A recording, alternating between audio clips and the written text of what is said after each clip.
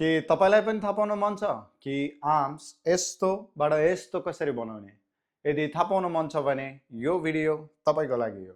तपाई च्यानलमा नयाँ हुनुहुन्छ भने गएर पहिला सुरु सब्स्क्राइब गरिदिनुस् र इन्स्टामा मलाई फलो गरिदिनुस्।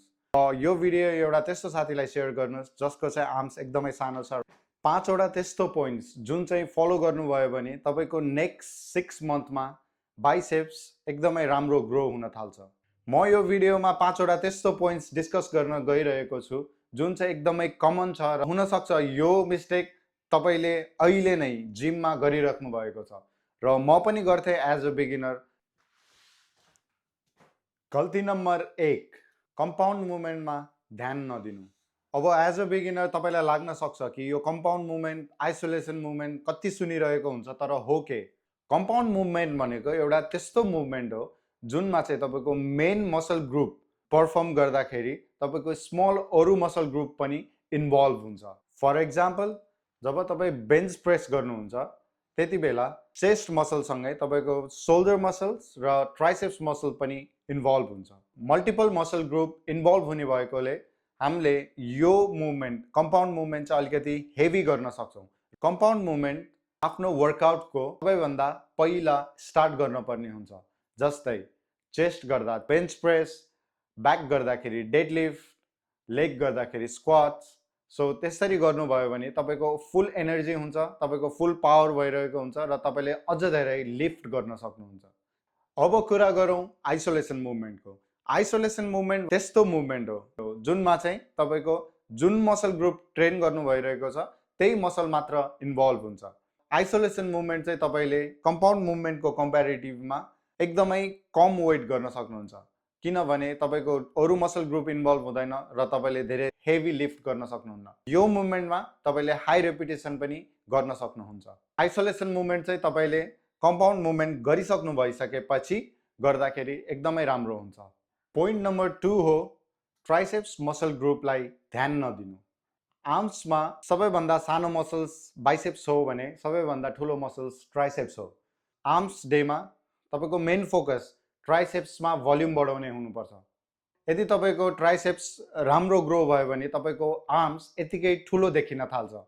ट्राइसेप्समा के एक्सर्साइज गर्ने र कति सेट गर्ने, कति रेप्स गर्ने, इफ तपाईलाई त्यसमा पनि भिडियो चाहिन्छ भने तल कमेन्ट गरिदिनु होला र म तपाईलाई ट्राइसेप्सको पनि छुट्टै एउटा भिडियो बनाइदिन्छु।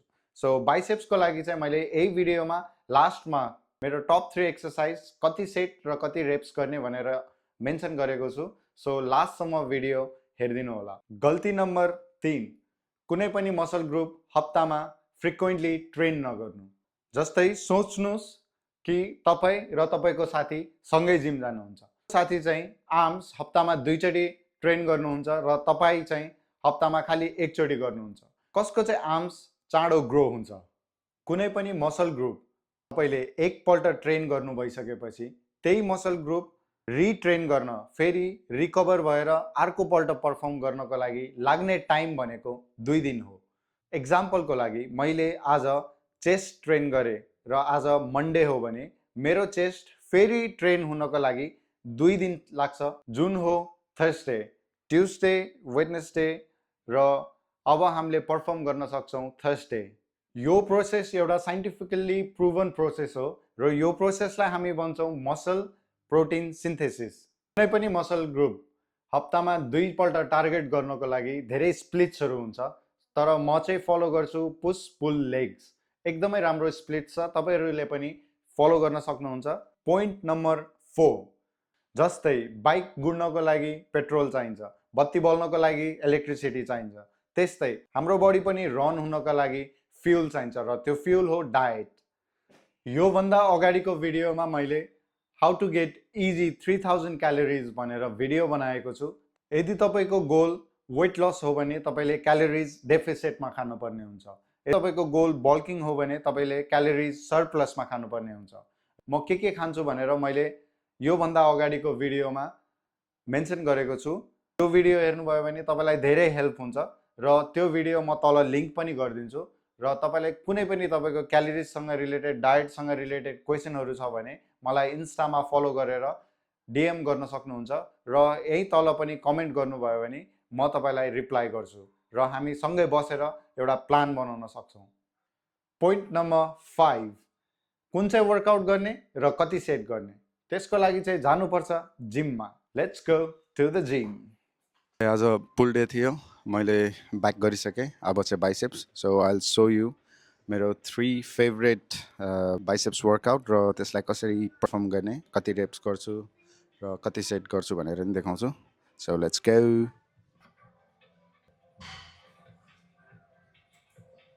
4 सेट 8 to 10 रेप्सको है त।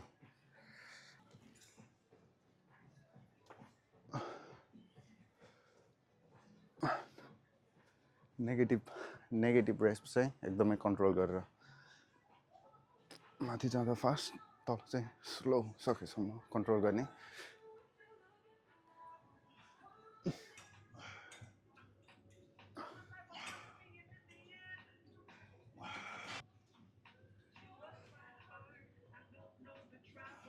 अर्को वर्कआउट भनेको चाहिँ dumbbell curl.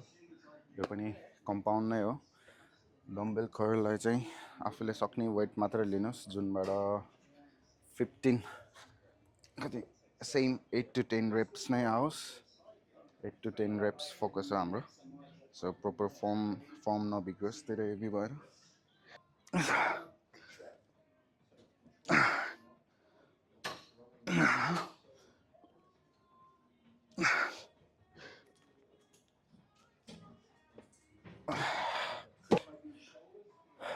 Eight to 10 reps, 3 set, 8 to 10 reps.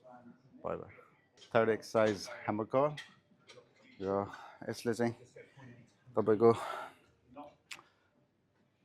यसले के भन्छ अनि त्यो भन्दा तल यसले चाहिँ तपाईको फोर आर्म्स पनि हिट गर्छ, प्लस बाइसेप्स पनि हुन्छ। सो 2 in 1 चाहिँ 2 set 15 reps, 12 to 15 reps.